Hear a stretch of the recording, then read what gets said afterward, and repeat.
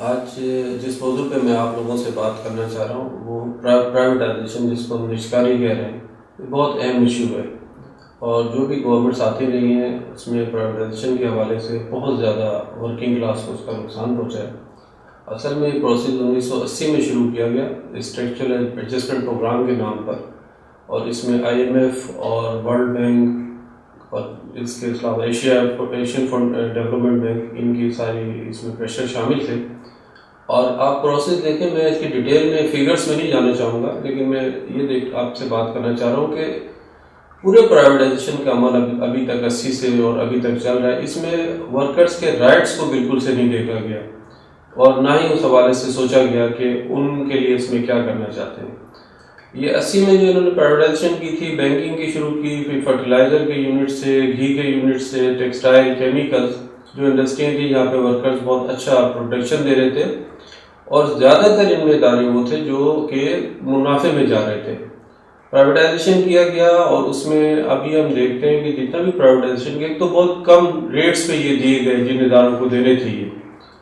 اور اس کے علاوہ پھر ابھی اکثر ادارے، آپ ریسرچ کریں جو رپورٹس آ رہی ہیں، ان میں اکثر ادارے جو ہیں وہ بند ہیں۔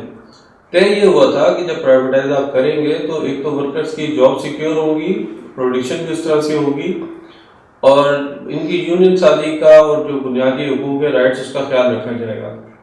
اس کا سب سے بڑا نقصان یہ ہوا ہے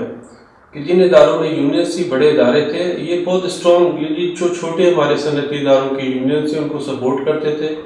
ان کے رائٹس کے لیے کھڑے ہوتے تھے، اور جب یہ پرائیویٹائزیشن ہوئی ان کے اپنے رائٹس جو ہے وہ پامال ہو گئے۔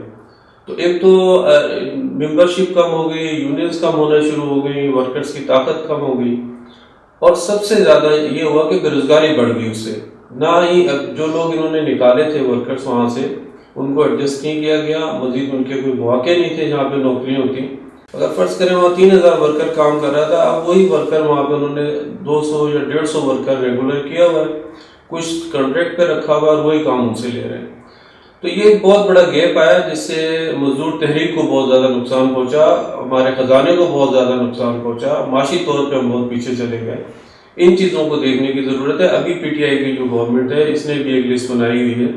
جس میں بہت سے ادارے پرائیویٹائز کرنے کی طرف جا رہے ہیں جو کہ پروفٹ میں ہے۔ تو ہم اس کی پرزور مذمت کرتے ہیں، اور برابری پارٹی کا موقف ہے کہ پرائیویٹائزیشن نہ کی جائے، بلکہ مزید گورنمنٹ ایسے بڑے ادارے لگائے جن میں لوگوں کو روزگار اور تحفظ حاصل ہو۔ تو یہ بالکل الٹ ایک سرکل چل رہا ہے جس سے آنے والے دنوں میں لگتا ہے کہ یہ ملک پورا ہی پرائیویٹائز ہو جائے گا، ہیلتھ بھی پرائیویٹائز ہو جائے گی، ایجوکیشن بھی پرائیویٹائز ہو جائے گی، اور یہ انڈسٹریز تو بالکل سے مشکل ہو جائے گی یہاں پہ لوگوں کا سروائیو کرنا۔ اس طرح ایگریکلچر کے بھی بہت سارے مسئلے ہیں جو کہ ڈائریکٹلی اس سے ریلیٹڈ ہے انڈسٹریز کے ساتھ، تو اس کو دیکھنے کی ضرورت ہے، اور ہم اس پہ اپنا پیغام پہنچانا چاہتے ہیں کہ پرائیویٹائزیشن کو ٹوٹلی روکا جائے، ورکرز کے رائٹس کا خیال کیا جائے، اور گورنمنٹ مزید ادارے بڑے لگا کے لوگوں کو روزگار مہیا کرے، نہ کہ ان کو بے روزگار کرے۔ برابری پارٹی کے ساتھ آپ لوگ شامل ہوں اور مزدوروں کی محنت کشوں کی آواز بنیں۔ ہم آپ کے ان ایشوز پہ آپ کے ساتھ ہیں، اور آپ کے لیے اپنی پارٹی کی سائڈ سے ہم جو بھی